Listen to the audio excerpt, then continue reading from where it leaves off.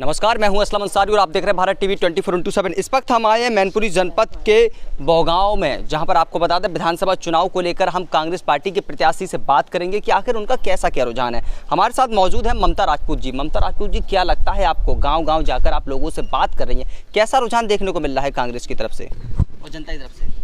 नमस्कार, मैं ममता राजपूत, बौगांव विधानसभा 108 से प्रत्याशी बनाई हूँ कांग्रेस पार्टी ने जी। और जैसा कि आपने एक बहुत सी चीज़ें सुनी है कि एक महिला होती है वो अपने पूरे परिवार को संभालती है, और वो महिला कितना भी परेशानियां हो लेकिन कोशिश करती है कि हमारे परिवार के जो लोग हैं वो पेट भर के खाना खाएं।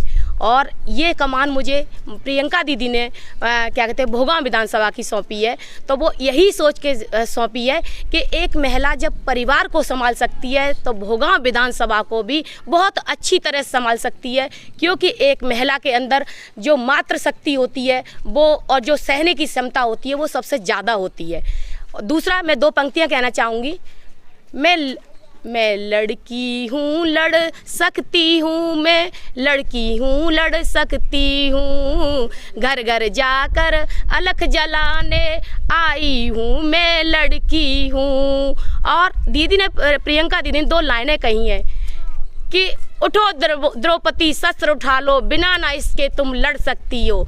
क्योंकि प्रियंका दीदी ने मुझे जो शस्त्र दिया है वो प्रियंका दीदी ने मुझे कांग्रेस का हाथ के पंजे के रूप में दिया है। और आप आने वाले समय में देखेंगे कि बौगांव विधानसभा से 2 मंत्रियों के बीच एक महिला प्रत्याशी है जो बौगांव विधानसभा से परचम समाज के नाम पे, सर्व समाज के नाम पे झंडा फहराने जा रही है।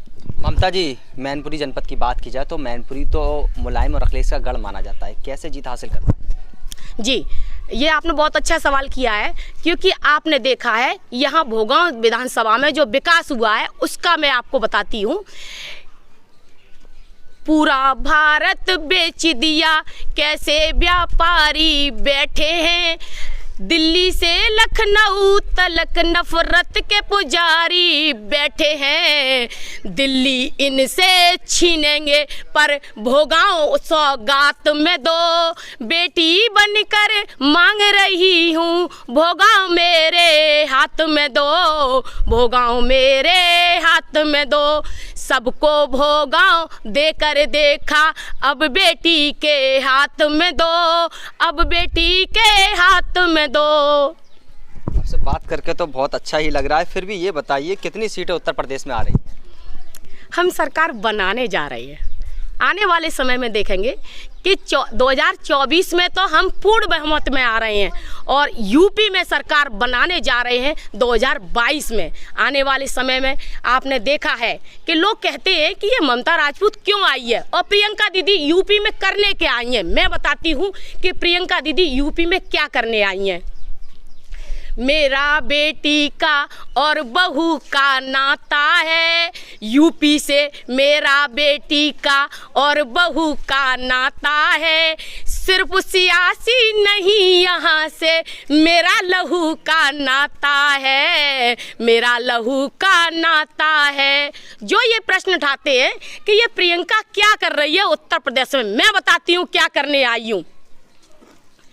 कि जो ये प्रश्न उठाते हैं कि कौन भला मैं होती हूँ, जो मुझसे ये कहते हैं कि कौन भला मैं होती हूँ, उनसे कहो राजीव की बिटिया और इंदिरा की पोती हूँ, बेटी बनकर मांग रही हूँ यूपी मेरे हाथ में दो, सबको यूपी देकर देखा, अब बेटी के हाथ में दो, अब बेटी के हाथ में दो। ममता जी, एक चीज़ बताइए, क्या लगता है क्या वाकई में प्रियंका गांधी के आने से पार्टी में थोड़ी दम आई है? आपने देखा है कि जो प्रियंका दीदी ने जब से कमान संभाली है 2 साल से, उन्होंने सेना तैयार कर ली है लड़कियों के रूप में।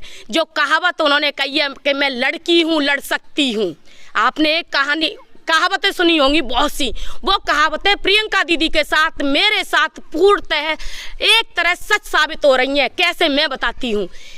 बुंदेले हर बोलों के मुंह हमने सुनी कहानी थी, और खूब लड़ी मर्दानी वो तो झांसी वाली रानी थी। ये जो ममता राजपूत के रूप में प्रियंका दीदी ने भोगांव से प्रत्याशी बनाया है, ये अवंती बाई बन के भोगांव विधानसभा से झंडा फहराने का काम करेगी।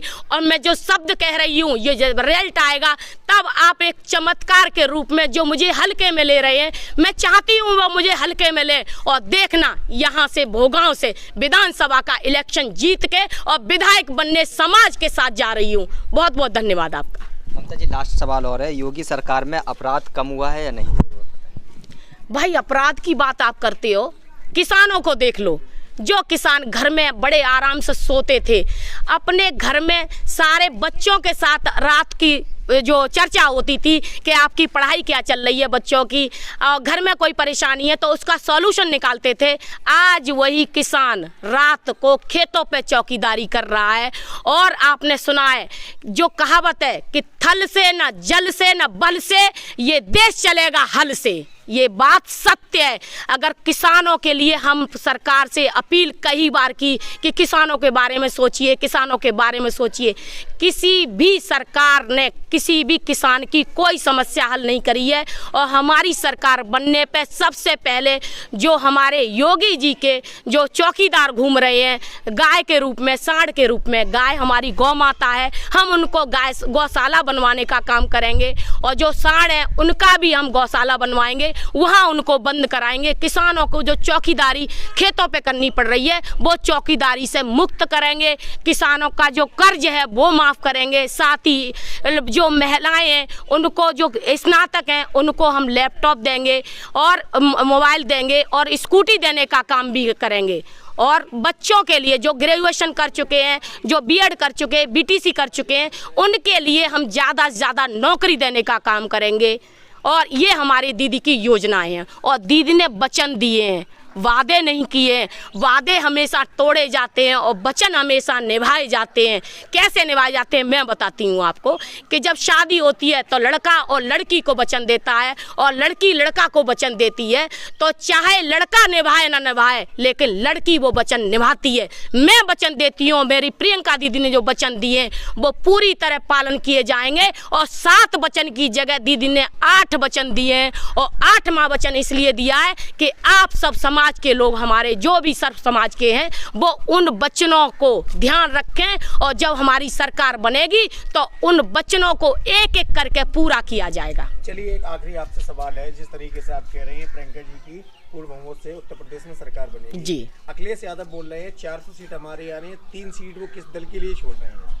भाई अभी हम निकल रहे थे तो एक साइकिल थी, उस पर गोबर रखा हुआ था और उसका साइकिल का ये हाल था कि उसकी रिम भी टूट गई थी और उसका पहिया तो भ्रष्ट था ही।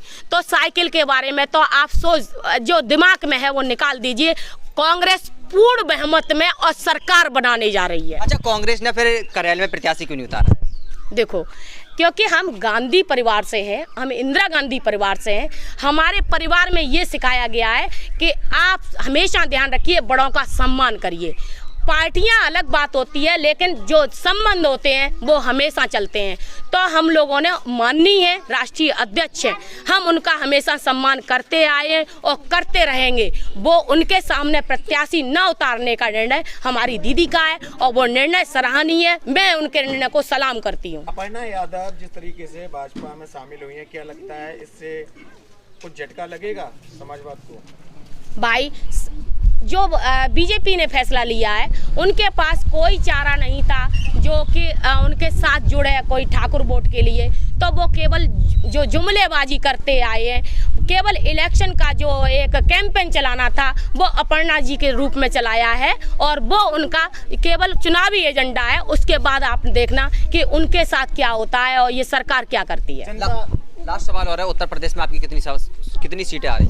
ये आने वाले समय में आप देखेंगे। फिर भी एक अंदाज, जैसे सब लोग 300 प्लस कहते हैं, कुछ 350 प्लस कहते हैं, आपकी कितनी प्लस है? नहीं, हमारी प्लस तो ये है कि हम सरकार बनाने जा रहे हैं और सरकार 2022 में कांग्रेस की बनने जा रही है। चलिए, बहुत बहुत धन्यवाद। ये थी हमारे साथ ममता राजपूत जी थी जिन्होंने विभिन्न मुद्दों पर वार्तालाप की है। कैमरामैन शिवम तिवारी के साथ असलम अंसारी, भारत टीवी, मैनपुरी।